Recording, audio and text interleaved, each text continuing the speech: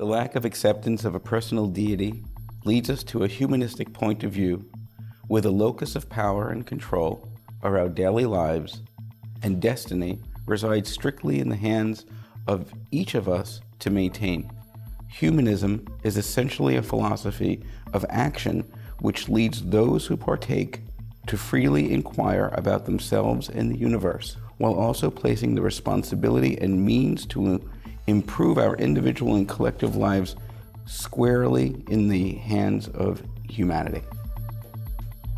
I have been fascinated by the same fundamental questions that I think have been asked by all humans for thousands of years. How did we get here? Why are we here? And where are we going? I was raised Roman Catholic in a small village in Western New York and loved my upbringing. So I didn't so much repudiate Catholicism as I did evolve into a humanist.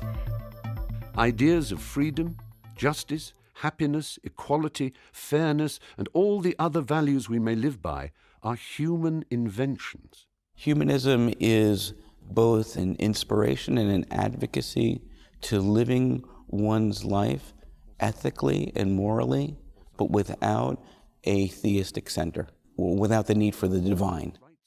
Humanism is a philosophy, a human stance, and sometimes a religion for people who take their lives seriously as ethical beings. Understanding science, understanding nature, that humans are a part of the fabric of nature, is absolutely one of the tenets of modern humanists and certainly part of the Humanist Manifesto. Human beings have always marked the important events of life, like births and marriages, and commemorated people who have died. We do it still today, and for those of us with no religious beliefs, it's important that we can mark these occasions with honesty, warmth, and affection. People tend to come through two different roads to the same conclusion. Either at one time you had religious faith and then you lost it because of some event or some reading that you did or something that happened in your life that was a triggering experience for you to say, I'm going to rethink my spirituality. The second way, and this was my way, as being someone who never really had a religious bone in his body, if you will. That is, it was not part of my community. It was not necessarily a big part of my family's experience, and so therefore it really wasn't a big part of my experience growing up. What the purpose of the book is to do is to show that there are many thousands, if not tens of thousands of people who are non-believers, who are doing the same good work, but not doing to serve a spiritual in the sense of a religion, or the sense if I do good works here, I'll get payoff in my next life. But what most humanists will believe is that this is our only time on the planet. How are we going to make it better for ourselves? And in consequence, how are we going to make it better for those around us and the communities that we know and we don't know? A very important tenet of humanism is our own personal responsibility for our actions. And so we take very seriously our own personal moral agency.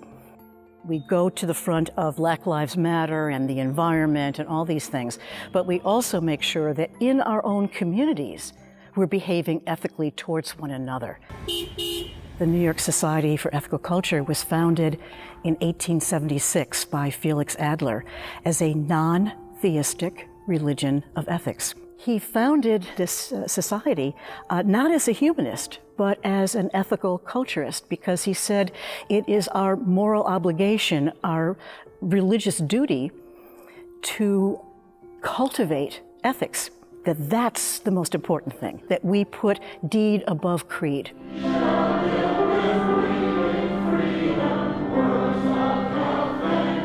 This is a community that takes ethics seriously, that takes relationships seriously. We meet on a regular basis, in our case on Sundays.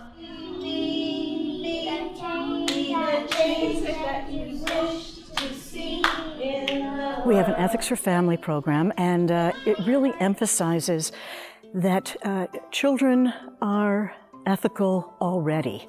And our role as parents and teachers is to encourage them to grow into their own consciences and to become the moral agents that they're meant to be.